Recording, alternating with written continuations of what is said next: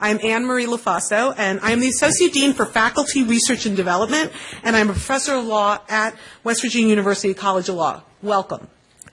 We have a real treat once again for you today. We are again celebrating this whole week in Mexico as part of our Archibald McDougall Lecture Series on International Law. West Virginia University Latin American Studies and the Office of International Programs is co-sponsoring our lecture series this year. Please help me thank the Director of Latin American Studies, Dr. Victoria Garrett, and the Associate Provost of International Academic Affairs, Michael Lassinger, and our own Dean, Joyce McConnell, for supporting Mexico Week here at WVU Law.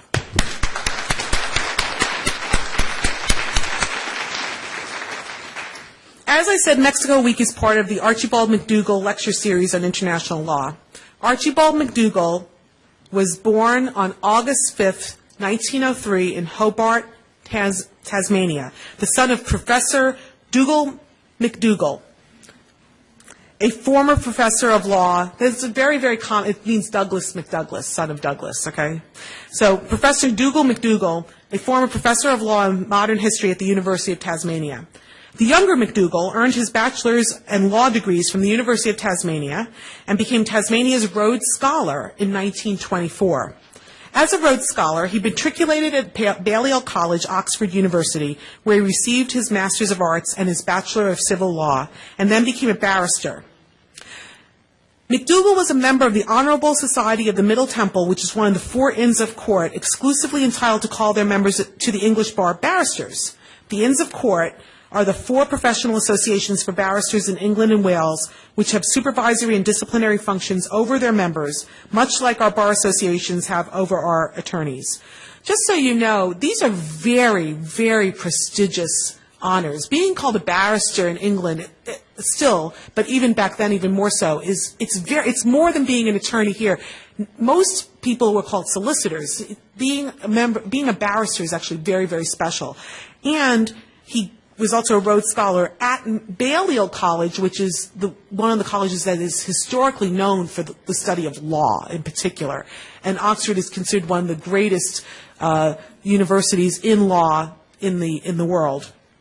So for most of McDougall's career, he was active in diplomatic affairs. He was a representative to the United States Senate Legislative Council office. He was a legal advisor to the Minister of Foreign Affairs and a law professor in Iraq. He was a delegate to the League of Nations, which you hopefully know is the precursor to the UN. He represented British interests in America during World War II, and after the war he was a legal advisor at the British Embassy in Egypt and the British Foreign Affairs Office. In 1940, McDougall was given shore leave to enter the United States and California.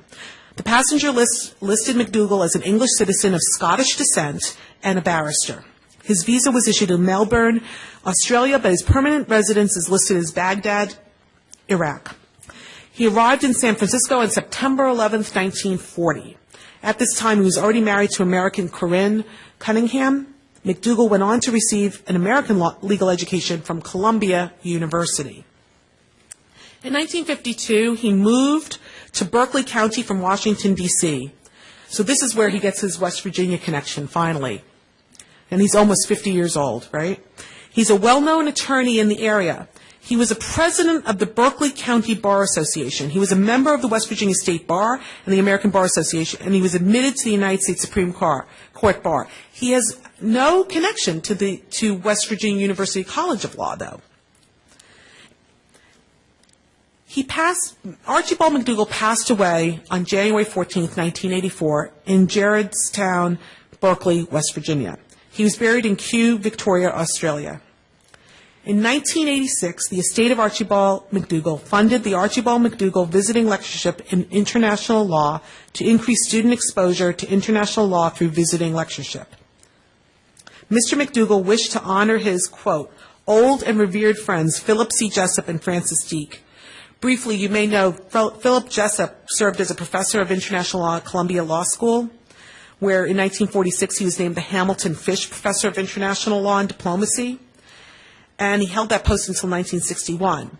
And from 61 to 70, he served as a judge on the International Court of Justice, and the International Law Moot Court Competition is named for Jessup. And also, that competition is the largest and most prestigious moot court in the world. So this is a personal friend of Archibald McDougall's. Very, very big name in the international law community. Today, the Archibald McDougall Visiting Lecture Series on International Law evidences the College of Law's continuing commitment to its programs in international law that explore diverse points of view on issues critical to the global legal community. I would like to now introduce my good friend and colleague, Jim Freeberg, who says I'm not allowed to say anything else about him. So that's all I'm going to say about him. I did promise him, however, that I will also tell you that tomorrow at 1 p.m., our good friend and colleague, Professor Jenna Martin, will be talking about in the Davis Gallery about the trip to that they will be taking to Mexico this summer. And if you are interested in going to Mexico this summer, then you should go tomorrow at 1 p.m. in the Davis Gallery to talk to Professor Martin about that. She will be leading that trip along with Professor Bowman. For now, please help me welcome your moderator of today's lecture, Jim Freeberg.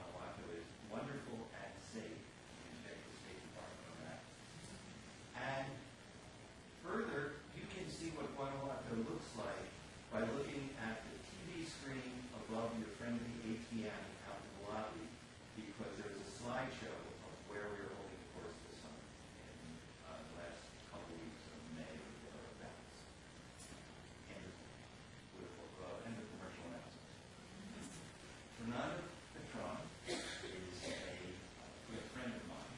He has been for quite a number of years after having been introduced to me by another friend of mine, Inmate. When we were lining up professors a couple of cycles ago for our summer course in Mexico, she said, "What a young new professor you have to meet." And he was all the wonderful things that she said. He is a professor of government in the division of law, politics, and government. More or less, that's right. That's right. At the University of Guanajuato. And he has also been a professor here, a McDougall professor, one of those one-month visitors that we periodically have in international and comparative law. And I know the students liked him for two reasons. The first reason is that many students told me how much they liked him when he was here lecturing. And another reason is that in the last couple of days, as we have walked down High Street, once today at lunch, as we're going into the Indian restaurant, he looked at the BFF liquor store and said, "I bought beer here." And then another time, when my wife and I were explaining that we don't have cable TV, so if we're trying to watch some important sports event, we go to BW3. He said, "I had beer with students at BW3. So it may have been because his lectures were wonderful and his students liked them.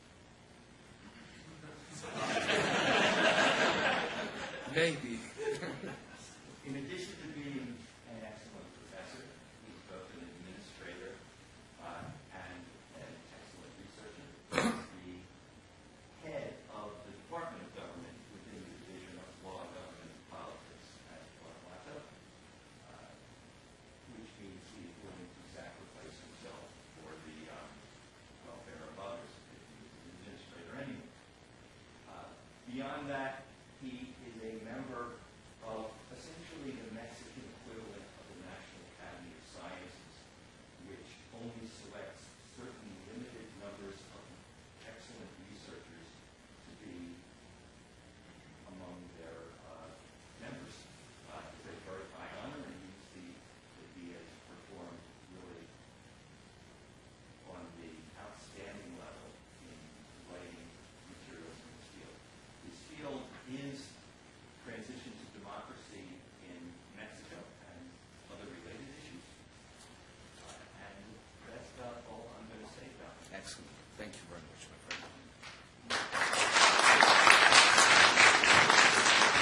Thank you. Thank you for your words. I mean, I really don't deserve them. Thank you. Now, let me tell you, well, first of all, before I begin with this presentation, that I really hope that you find it interesting, that we are really, really excited to be here again, the three of us, no?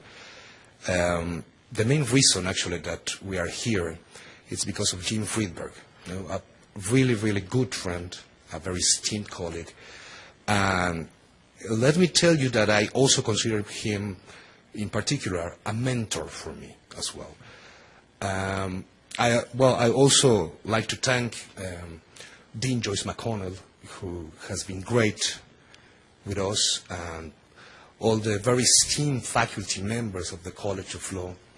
And last but not least, believe me, this is very important for you, for us in particular, the students of the College of Law, for coming to hear us, listen to our nonsense, and be interested actually in what we have to say about a neighbor country.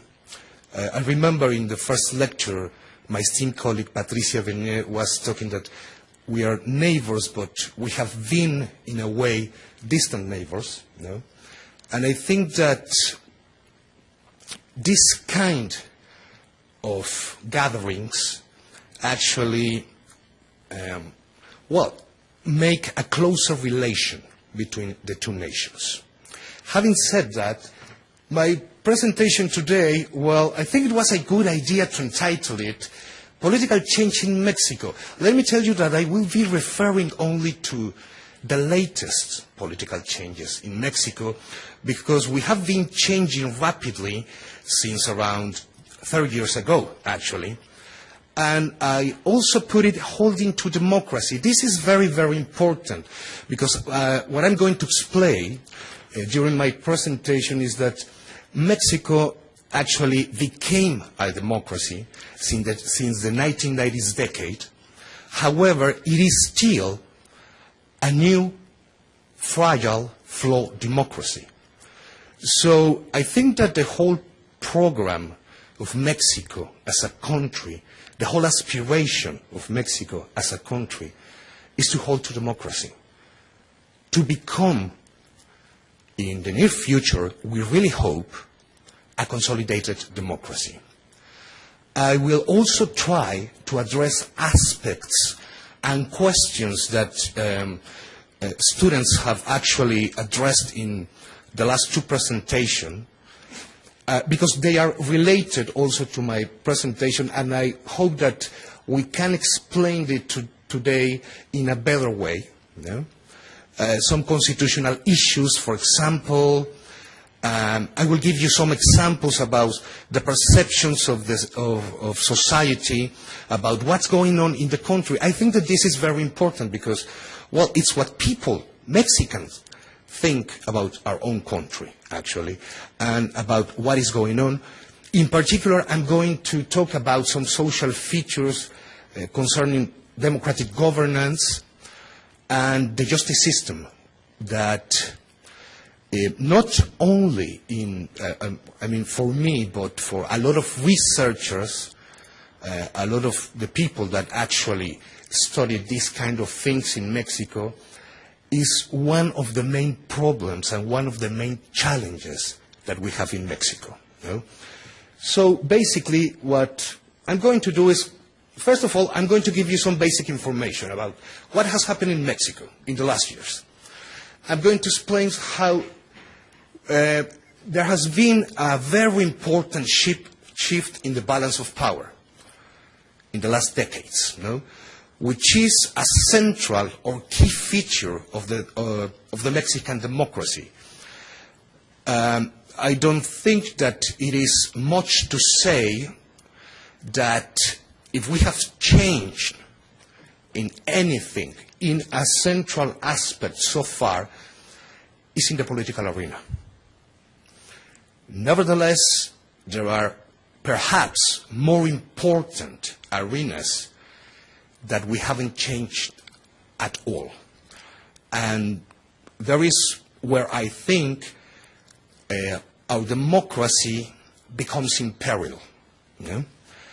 I am going to tell you about, well, the changes in the composition of Congress, the Federal Congress, how it used to be, what do we have now, and the alternation or change of party in the executive, which was very, very important in the year 2000, because it meant, it signified actually, the demise of the dominant party that ruled the country for more than 70 years.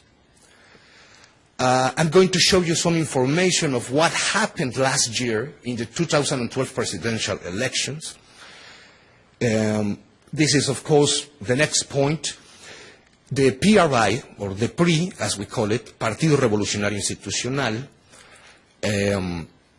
the oldest party in the modern era of Mexico, returned to power. Several scholars last year, during that time, were afraid, I was also afraid, let me tell you, that this in a way meant a regression to authoritarianism. So that's why I addressed this question here. I put this question here. The true return to power. Okay, that's it. He won the election. But does it mean a regression to authoritarianism? I'm sure, at least until today, it doesn't. I'm going to explain why. No? Probably there are some scholars that could have different perspectives. No?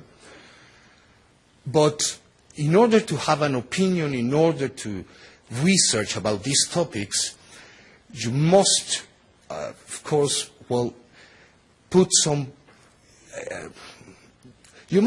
fundament in your answer. So I will try to do that, no, today. And of course, I will tell you some of the problems that we have had in the last 20 years with democratic consolidation. First of all, let me tell you something about our Constitution. Why is it so important for us Mexicans? No? The importance, let me tell you, is very different than what happens with the U.S. Constitution. First of all, every change in the country, every significant change in the country has to go through the Constitution with a constitutional amendment. No? In order to be significant, I mean, it's, if I can put it this way, it's like the Bible for Mexicans. However, the Bible I don't want to offend any religion, believe me, for a Catholic, for instance, is just written word. If you don't take it to practice, something like that happens in Mexico with the Constitution. No? I remember that someone addressed a question in the last 2 days about, well, if there is the right written in the Constitution to some social rights, why aren't they effective? One of the explanations or the considerations are these. No? Another difference between civil and common law, apart from those that my esteemed colleague Patty Venier actually talked about during her presentation, is that in civil law there is a need to spell out in detail every provision. Everything must be there. No? That rules, of course, the nation life. The meaning of the Constitution for us, or its characteristics, is like a project to be accomplished. It's like a guide, like a sacred book or so. A statement of revolutionary ideals. That's why, I put it like that. Actually, this is a quote from the Mexican law book. I don't know if you have read this, but it's a good book in order to understand Mexican legal system. No? It is nominal as it is expected to be followed. It is idealistic, of course. There is no actually an intention for immediate congruence, and it has a lot of parts that are aspirational. Some examples could be public health. No? Public health system has grown, well, rapidly in Mexico. But for several decades, well, and still it is, as I'm going to show you, more than 40% of the population doesn't have access to public health services, for instance, and it's in the Constitution. But that's a normative part, not a nominal part. So it's more aspirational. No? A dignifying job, for instance, and salary. Yes, it is written in the Constitution as well. No? Nevertheless, it will be, if not impossible, extremely hard to try to make a lawsuit to the state in order to provide this kind of rights. So, in a way, the Constitution works in practice, in some part, the part that actually is more nominal, if we can say it like that, is the political part of it. But when it comes to social rights, it's actually more normative, more idealistic to it. No? And let me tell you that this part also reflects in, well, the whole life of the country. When you ask a Mexican what the Constitution means to you, well, it could mean everything because it's the Constitution, no? The main law of the country, but at the same time, it means nothing. Because, in a way, in the normative part, it doesn't rule social, political, or economical life. No? Something like that. Now that we are talking about the Constitution, we are still ruled by the 1917 Constitution. This is our last Constitution. We have 3 constitutions in our history. When we became an independent state, in 1822, actually. And our first constitution is from 1824. It's a liberal kind of constitution, actually. The second constitution that we have is from 1857. It's the Juarista or Benito Juarez Constitution, actually, where the principal liberal laws, no, or the civil rights, were consecrated in our Constitution. They were not actually banned from the Constitution, from this Constitution. They remain. No? I'm only putting here the structure of government that I will refer in a few minutes, well, about. So the original Constitution in 1917 actually, well, it provided a division of powers, classic division of powers. No? The constitutional project, if I may say so, I mean the main ideas, the whole spirit of the Constitution actually, some constitutional law scholars in the country say that if not an exact, but it is a very close copy of the USA Constitution. So, well, the executive, well, of course, we have a president. The term length is 6 years. No? There is no re-election for the president. It has never been re-election for the president in our country. We used to have a vice president, but the 1917 Constitution eliminated the vice president.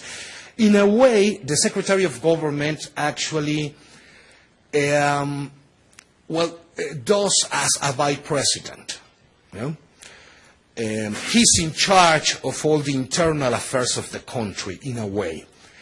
The legislative, with 2 chambers, the Chamber of Deputies, that is, well, like the House of Representatives here in the USA, and the Chamber of Senators. The deputies, the term length is 3 years, and senators is 6 years, right? We have consecutive re-election for the legislators until 1934. Actually, there was a reform that banned consecutive re-election. They can go again to the House, but they have to wait for a period. They can jump from house to house as well. No? So we don't have actually re-election in the country. No? The judicial branch, actually, the 1970 Constitution said that the Supreme Court was to be formed by 21 ministers, the circuit courts, the district courts. I think it functions roughly as it does here. And we have a very important reform in 1994 that actually changed the way ministers that, to the Supreme Court were selected. We select ministers to the Supreme Court. The executive proposes and the Senate choose from the executive propositions. This reform actually reduced the number of ministers. We have 11 ministers, and they last for 15 years each. We have an electoral tribunal that deals with all the electoral affairs, controversials, problems, etc., and, the circuit courts and the district courts. This is a basic structure of how, government is designed in our country. Having said this, what has happened in the last years in our country? Let me tell you very quickly. The shift in the balance of power, we can explain it like this. Let me try to elaborate just a little bit. During what we call an era of PRI dominance, predominance, this partido that actually comes from the revolutionary groups that won the war, that founded the modern Mexican state, and it dominated the political arena for so long. When I say dominated the political arena, is that every president actually was from that party. Every governor in each state was from that party. And that party held, in every election, the majority of seats in each chamber. So basically, they had it all. So we can say that the balance of power during the predominance was a vertical one. It all came from the executive as the dominant figure that controlled at the same time the legislative branch and the judicial branch. If you are more interested, in this field, in these aspects of the political life, let me tell you that until 1997, I'm going to refer to this era right now, it's 98% of the presidential bills sent to the Chamber of Deputies and the Chamber of Senators were approved, were passed by Congress, without any modification. Practically, Congress, during those days, was, it is called a rubber stamping body. Right? Just, okay, let's go. It all started to change with a series of electoral reforms, giving opposition parties more chances to have representation in Congress. So, actually, the year 1997 is very important to our political life, because for the first time in history, in the modern history of the country, the PRI lost its absolute majority in the Chamber of Deputies, meaning that opposition parties can block executive proposals, at least in that chamber. The judicial branch has also gained a lot of independence since 1994.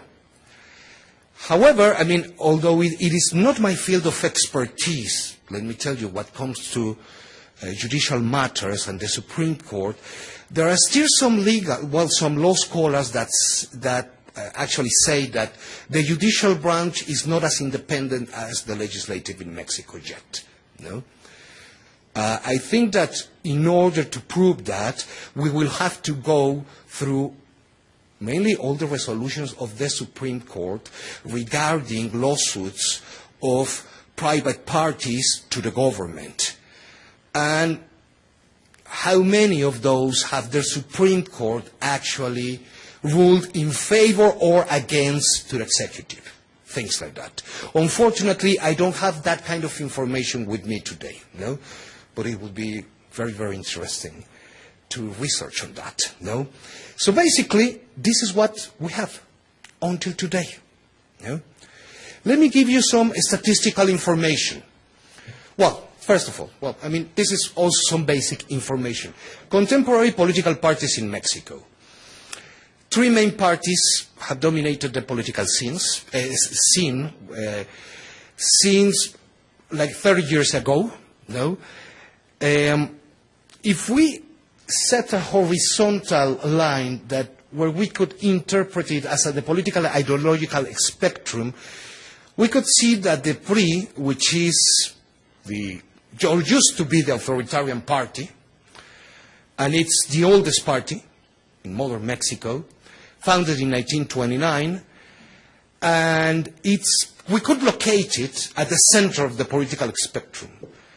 The PAN, that used to be in power until 2012, we could locate it at the right of the political spectrum, and the left party, the PRD, the Partido Revolucionario, de la Revolution Democratica, actually it's, a very interesting story with this party because there was an excision in the last 2 years of the 80s decade in the PRI, and an elite group, actually, of the PRI founded this party. Yeah? But they joined with other left-wing parties, some radical left-wing parties as well, some socialist parties, and they comprise what it is called now the left party in Mexico. The left party has, because of plurality in the elections in Mexico, has also, it have had great chances to win power as well. I'm going to show you right now. But basically, just to identify, these are the three main parties that we have. No?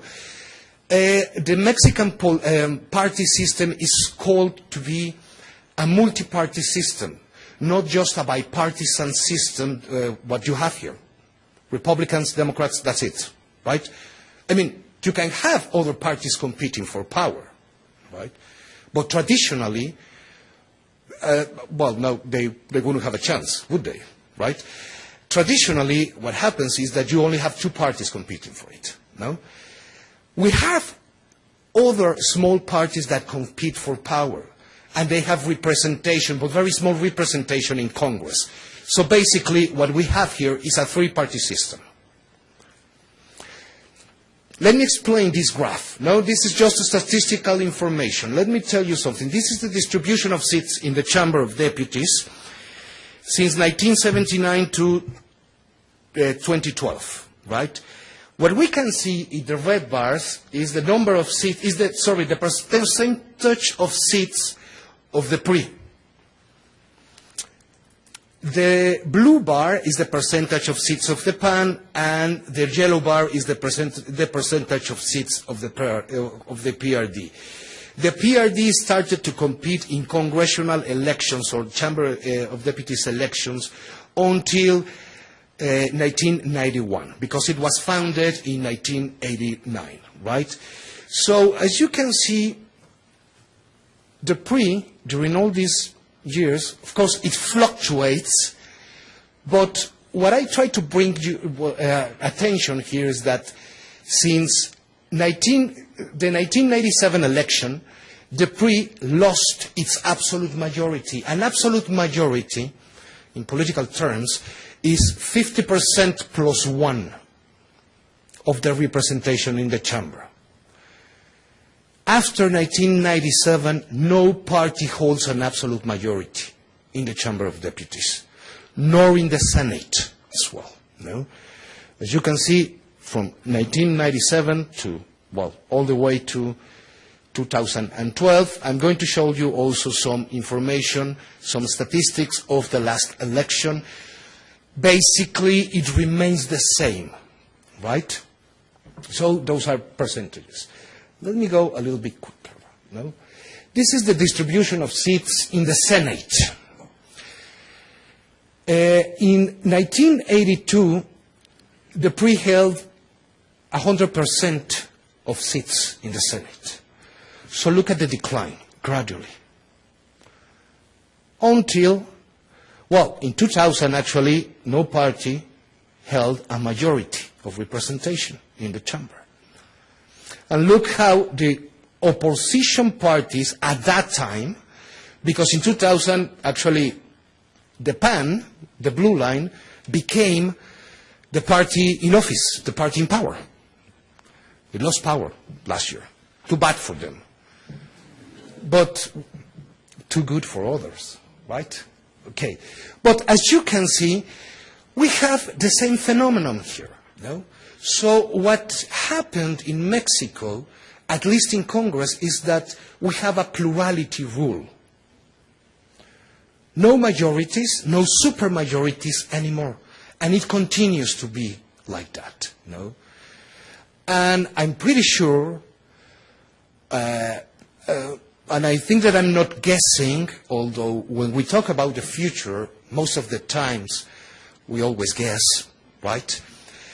That it will continue to be like this for several more years. What happened in the last election? Well, something very, very similar. What you have here in these graphics is the distribution of seats in the Senate, in that pie chart, and in the Chamber of Deputies. So basically, the PRI, in the Chamber of Deputies, this part, holds 40% of the seats. PRD, PRD holds 20%, and the PAN 23%. In the Senate as well, the PRI holds 41% of the seats, the PAN 30%, and the PRD 17%. What does these numbers mean? Simply as no party holds, again, an absolute majority of seats in each chamber in order to pass bills by itself. Right?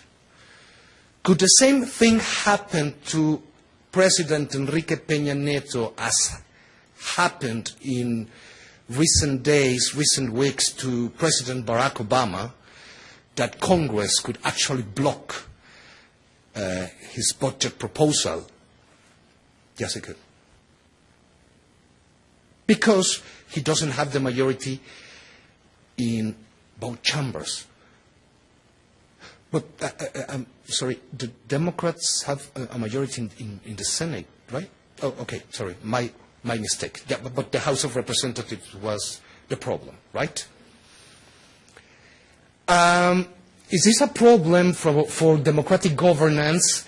In a way, it makes it more difficult for a president to govern. Nevertheless, this is one of the key features that holds democracy in the United States. To have plurality in key political institutions and also of representation. As long as that continues, I mean, in my way of thinking, I think that democracy will hold. This is not the difficult part anymore. This is just also some basic information of the last presidential elections. This is Mexico's electoral map. I'm contrasting here, for instance, presidential election in 2000. The blue, the states marked in blue are the states that the PAN won back then in 2000. Vicente Fox, this is the election where Vicente Fox actually competed. No? Francisco Labastida, the candidate of the PRI, are the states that he won in that election, you know, marked in green color. And Cuauhtémoc Cárdenas, actually a very traditional and old left party leader, no, he competed in 4 presidential elections and lost them all, unfortunately, for him, right? Well, it's the state, Michoacán, that's Michoacán marked in yellow.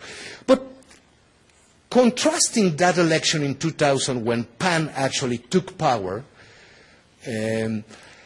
look what happened in 2006. Actually, what we have here is a divided country, the North and the South.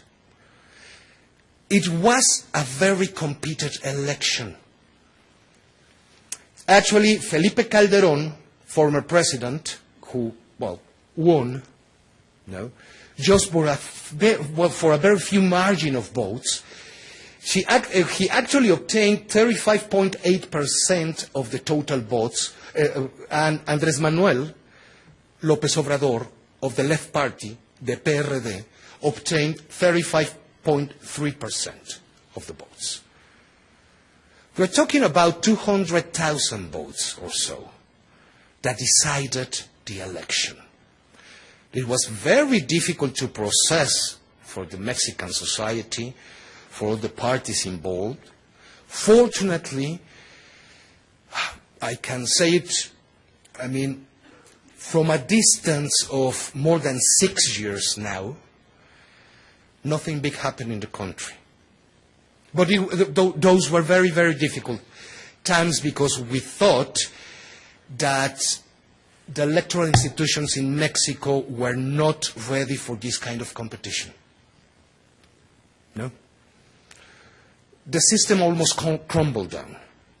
But fortunately, it held. No? It's still there. No? And the PRI, for the first time in its history, was third place. No? What happened in the last election, 2000? The states marking in green are the states that the PRI, Enrique Peña Nieto, our current president, the one who won, the man who won the election actually won most of the states. The states marked in red are what Andrés Manuel López Obrador actually, he ran again for the presidency. Again, he was in second place. But the difference of votes was, well, much larger than what happened in 2006. No?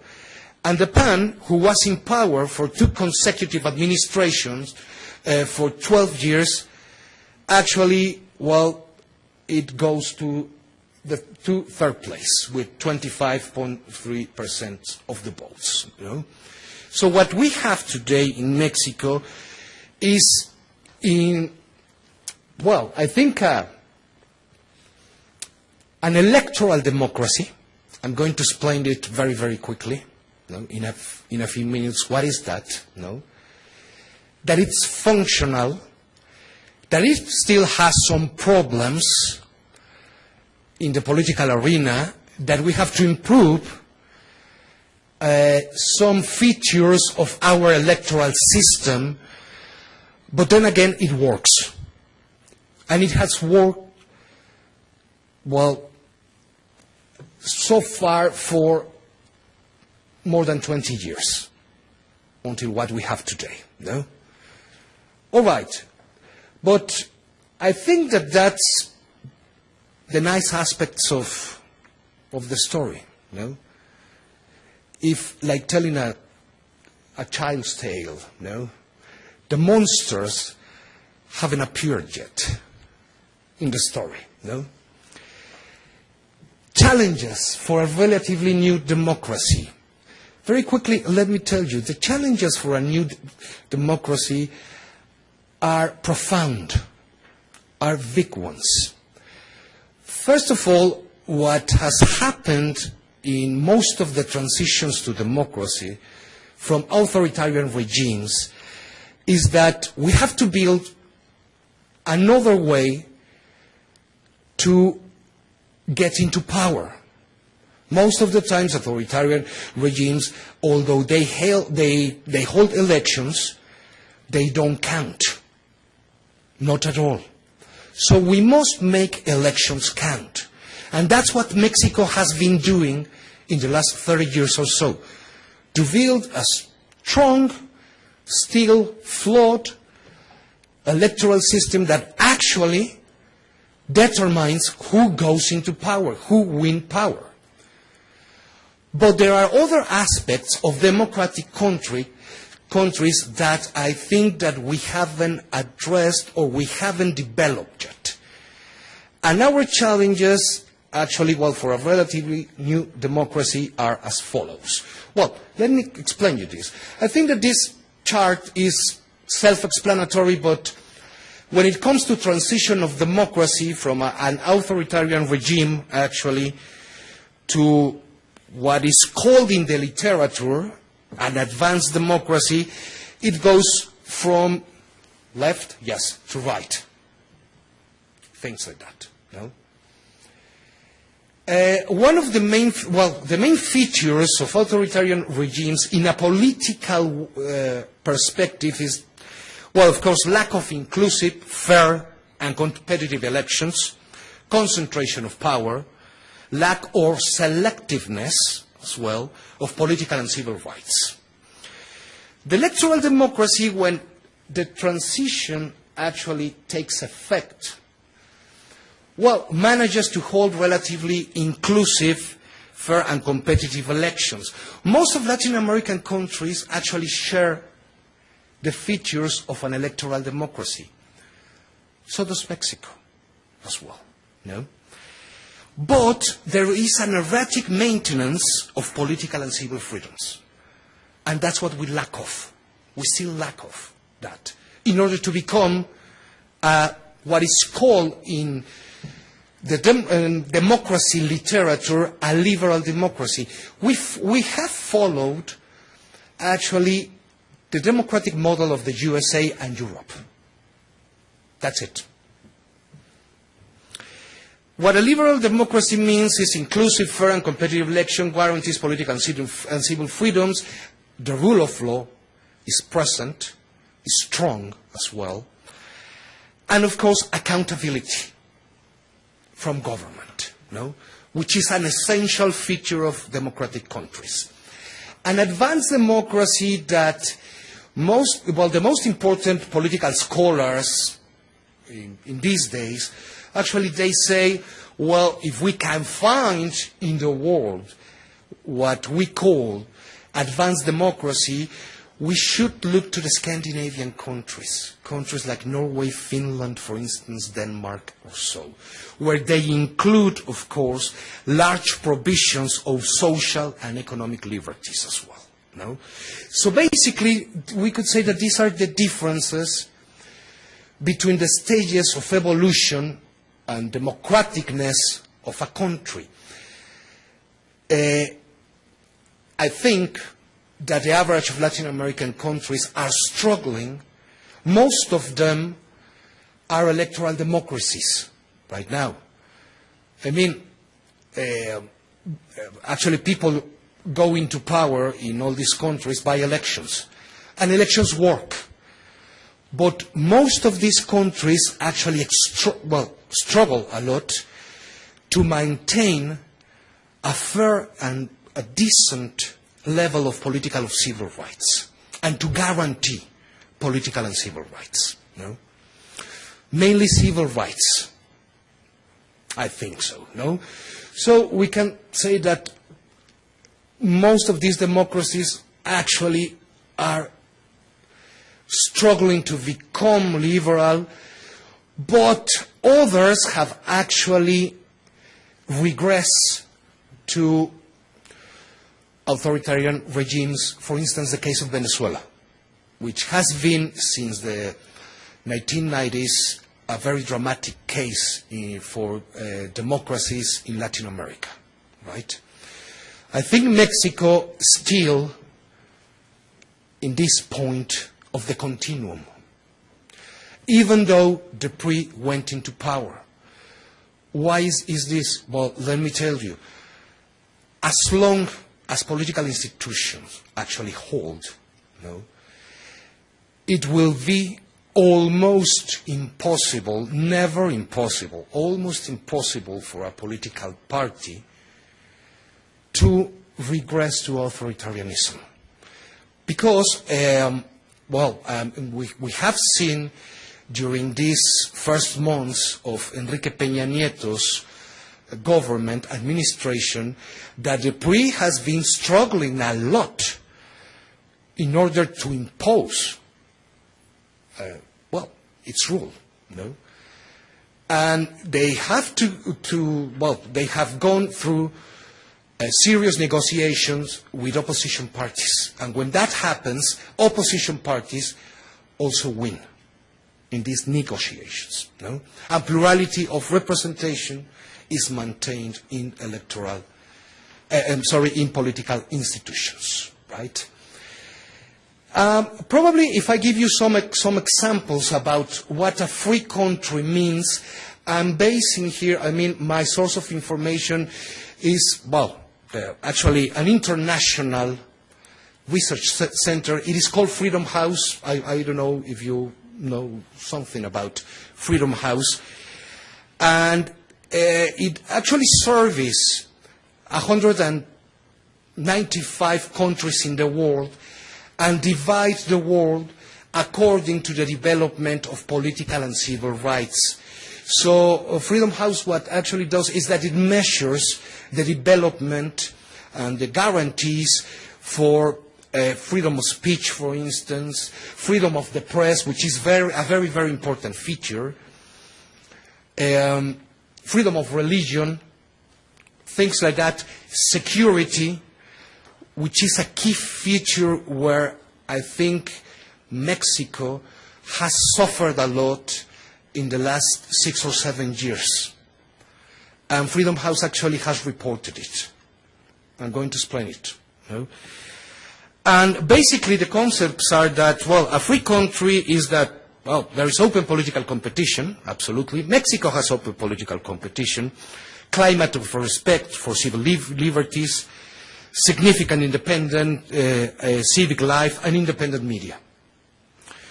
A partly free country is one which there is limited respect for political rights, partly free state free countries suffer from an environment of corruption, that's terrible for transparency and accountability as well, weak rule of law, which is also a central feature of democratic governance, and, you can actually read it over there, no?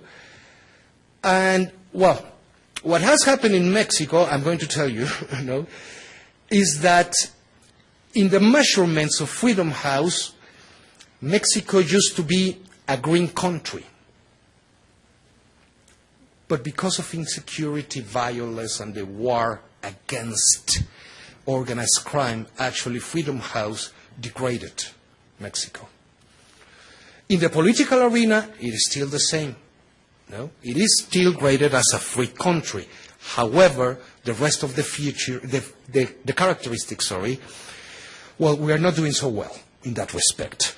And a not free country is the absence or lack of the above. This is just illustration. This is just example, to make my point, and that's it. The Freedom House map, until 2011, Mexico was green. That's what I want to highlight, just that. As you can see, Asia, Africa, where these continents actually concentrate most of the not free part of the world, right? And, Mexico until 2011 is still green. But what happened in the last report of Freedom House? It is very interesting. I really encourage you, if you want to learn more about all these things, to go and read the report, not only about Mexico. It's a very interesting report, right? Mexico was degraded to yellow. This is the map of 2013. Not because the political realm, unfortunately, because I think that we will be able to fix things more rapidly and in a better way in the political realm rather than in the social or in the security realm, no? And those are our major problems so far, no? Again, this is just an example, an illustration concerning democracy and freedom in Mexico, right? Challenges for the Mexican democracy, as I've been telling you, actually, during my whole presentation. The electoral democracy is unlikely to suffer a regression to authoritarianism as long as plurality continue to rule the political arena. Nevertheless, these are the problems that we encounter. Poverty, Katia Rodriguez told you something about that yesterday, violence and crime, which are actually problems that Freedom House evaluated or graded very, very low for Mexico. No? A limited freedom and deteriorated secure environment for free press, also in that respect, Freedom House graded very low Mexico. Because in recent years, we have had a lot of problems when it comes to free journalism with respect to organized crime, unfortunately, right? So these problems actually pose a big challenge for Mexico democratic consolidation.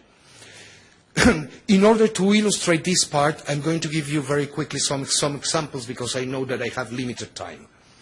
And if you want to, well, to discuss something, I think during the question time, I mean, we can actually do it, no? The perceptions of society about democratic performance in Mexico. Well, actually, democracy in Mexico is still more related for people, average people, such as the three of us, right? More with elections rather than with liberties or an economic system that ensures a dignified income. Why is that? Because it hasn't happened yet. Or we have advanced, we have made great improvements in what comes to liberties, but there is still an erratic provision of them. You know? And it has to do with social divisions. It has to do with social stratification, unfortunately. 52% of the Mexican population think that democracy can work without political parties and congresses. What does this mean? Well, politicians, they don't have a good reputation. This is not exclusive of Mexico. In Latin America, it is, well, the same, actually. Probably in the US, could be, right? Yeah, 52, I've said that, no? The perception of the law. I'm going to be referring to that just in a few minutes. 75% thinks that the country is governed for the benefit of the powerful and wealthy groups of society. And the law is only good for representing the interests of the upper and political class. This is just, again, some basic information. Examples on democratic performance in Mexico. Very quickly, and I will finish. I'm just giving you the example related to social inequality and the justice system and some graphics about the perception of the justice system that probably could be the same, I really don't know, or could be different to the perception of the American people towards the justice system, no? Well, this is some social features. This information, Katia actually gave it yesterday. I'm just trying to highlight, well, we have high social disparities.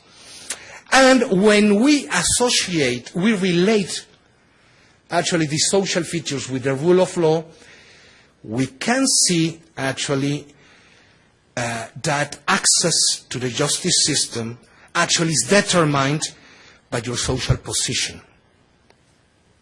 or your income. And that's a problem.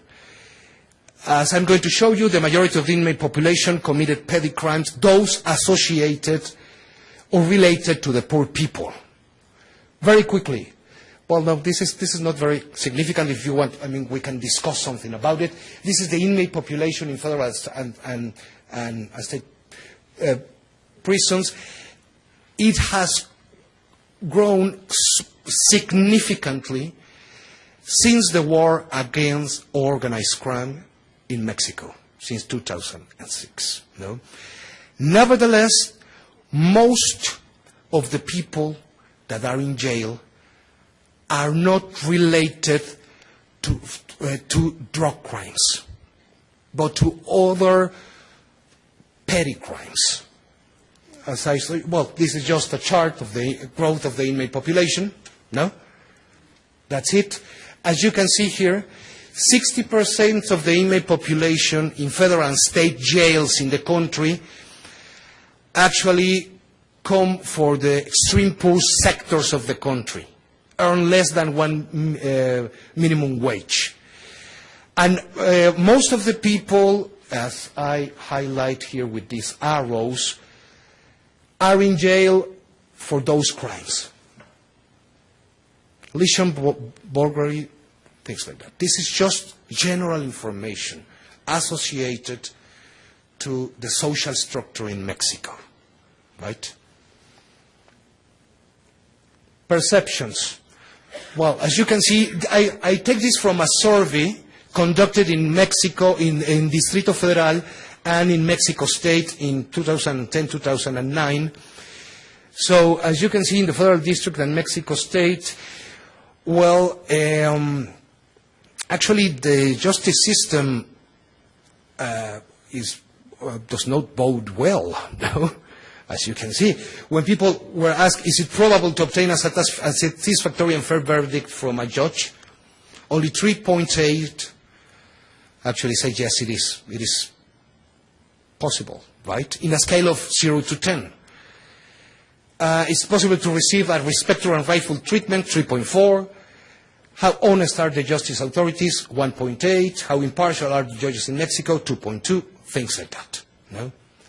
So this only confirms that there is no confidence whatsoever, and there is, well, distrust of the people about the justice system and judges. Just an example. Perceptions of citizens about police protection and against delinquency. This is from a survey made by a research center in 2011. Well, most of the people say, no, we receive poor protection. No? Policemen are not highly regarded in the country, if I may say so, unfortunately. Perception of citizens about police corporations' treatment to society, if they are respectful. Well, most of them said, no, they're offensive and arbitrary, although a good percentage said, no, it's good. No? So, that's it. Confidence in institutions. I really wanted to show you this chart because, this bar chart, because it is very surprising that in a country that has actually made several years ago its transition to democracy, well, actually, the less representative institutions, such as the church, for instance, universities as well, are the ones that are qualified to be more confident or to provide more confidence to people. As you can see in this chart, well, the police actually is not graded very good. Deputies and political parties are in the last part of the chart, right here to the right, and they have the lowest confidence of the people. Very quickly, why am I presenting this data? Why these examples? It was just to illustrate that for a new democracy like Mexico, the major problems are not anymore again in the political arena. The major problems, unfortunately, in order to consolidate democracy, are problems that solutions come often in the long run, not in the short run. I think the Mexican government is trying to solve these problems. However, there has been a lot of tension, back and forth, when it comes to try to solve all these problems like criminality, poverty, transparency. We have made great improvement in those areas. However, it is still not enough. As I said in this last slide, political institutions are key for consolidation. They are necessary, but they are not sufficient. Elections are not enough. That is what we have so far. And we have to improve in the rest of the aspects. Rule of law is one of our main weaknesses, as you could see. And it's probably the most important feature of democratic consolidation. I really appreciate your attention. Thank you very much. Thank you.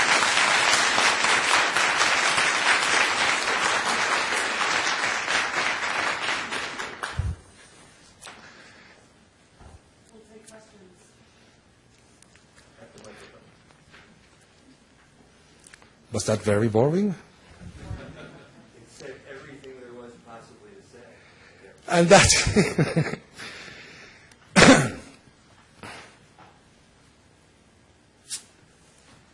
Hi. Hello, and thank you for your presentation. I actually enjoyed listening to you talk. I was wondering, you talked a little bit about the lack of trust in the government, and I find that, at least from the perspective of a citizen of an underdeveloped country, that the population of a country that is easing into democracy sometimes, because of this lack of trust in the government, tend to not actually come out and vote during elections. And I was wondering what you thought about the situation in Mexico. So in relation to the population of Mexico, what is the turnout during elections? Do you find that a majority of people come out to vote, or...? It depends on the election. When there is a presidential election, we have a turnout around 63 to 64% of the nominal list in the election. I think it is similar to the USA. I don't have that information with me, but I think it's a high level of participation. You know? But when it comes to what we call intermediate elections, that we only elect deputies, it drops to 40% or less. You know? But you're absolutely right. Actually, all these problems, most of the times in a struggling country that is trying to consolidate democracy, could keep away people from voting. No? But so far, it's like in presidential election, it's around 63 to 64%. My pleasure. My question has to do with the political culture of Mexico. I found your information about how average people see their government and the various institutions very informative. But I'm curious, do you know anything even anecdotally about how the politicians and the various people in the bureaucracy and throughout government and in these institutions, how they see themselves, like what their role is and everything Excellent. like that? Excellent question. Well, I couldn't put another information here, but in the same study, I actually present a comparison about what do people think about democracy, democratic institutions, and what do politicians think about democratic institutions. And let me tell you that the difference is extremely significant. Actually, people in Mexico, well, they accept how democratic institutions work around 60 or less % in favor, and politicians more than 96%. So they really like it. It's a very interesting question. Yes, you're right. Political elites, actually, their perspective is really far from average people. No, that's right. Hi, muchas gracias, primero que todo. Muchas gracias a ti, muchas gracias. My question is related to that return of PRI. I think I brought this question up at the international law class, but what I'm curious about is if you have an opinion or have an understanding of why there was this resurgence back to this party that, you know, a lot of people saw as representing authoritarianism. Is this kind of a disillusionment? I'm thinking as an example, let's say in Russia, after the fall of communism, a large percentage of the population actually was out on the streets with their pictures of Stalin, wishing for a return to Soviet rule. So I'm just wondering if this is representing kind of a resentment of the inability of the PAN or other parties to actually make a substantial change. Yeah, so well, basically the question is, why did the PRI did the PRI win again, right? Yes. Okay, yeah, well, I mean, it's been a lot of analysis to that, a lot of comments to that, but the thing is that, well, first of all, I think that most of the people actually what did was to go against the PAN's bad administrations, first of all. No? So they really evaluated in the urns during the votes, no, the two consecutive PAN's administration. No? Second, we knew in advance of that election that the PRI was going to win, because in all the polls, actually, Enrique Peña Nieto, the candidate, was in first place. No? Why return to the PRI? Why the majority of the political preference went to the PRI again? Another explanation is that the left party, the PRD, that was so close in 2006 to win the election, well, the post-electoral crisis during that year in 2006, because I said during my presentation, well, nothing bigger actually happened because, well, democracy held. You know? The democracy holds. However, for several days, the PRD, the left party, and its candidate, Andrés Manuel López Obrador, in 2006, actually they took over the main streets of Mexico City. And that actually brought chaos to the capital. They didn't accept the election's outcomes.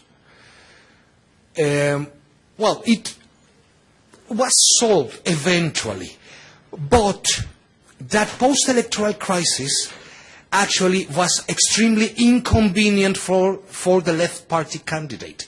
And the people distrusted him as well. No? One important feature of that election is that Andrés Manuel López Obrador of the left party started the presidential run in third place. And he did actually a very good political campaign. And at the end, he was second, no? But I think that the people overall lack at that moment of other choices. Other real choices. So, the PRI did a good job during its time in the opposition. No? The people saw that. I think that's one of the general explanations. No? The most convincing one is that the PAN didn't do very good when it was in power. So, that's it.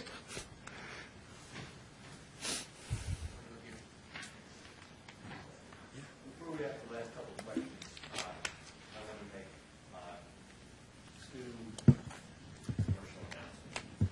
One, tomorrow, these three people and our professor, Arthur Reiser, and two WB professors, one from the Evansville campus engineering and one from the main campus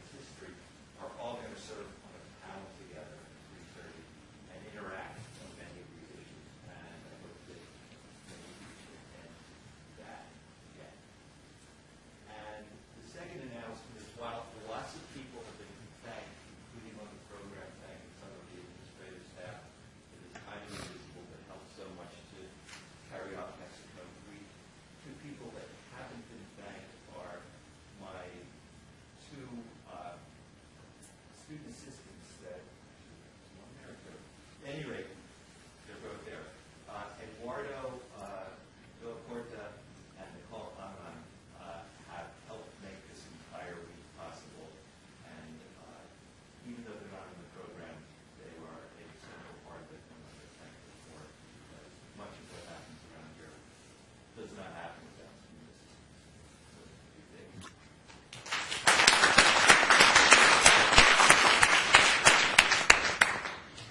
Hi, thank you from me as well. I really enjoyed your presentation.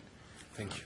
It sounds to me like and Mexico is in a very transitional period, very exciting period, where you can sort of craft yourselves into what you want to be as a nation. Yeah, but a very problematic one as well. So. And that's what brings me to my question, is I'm sitting here thinking, and I say this so humbly because I was born into a system that was already established.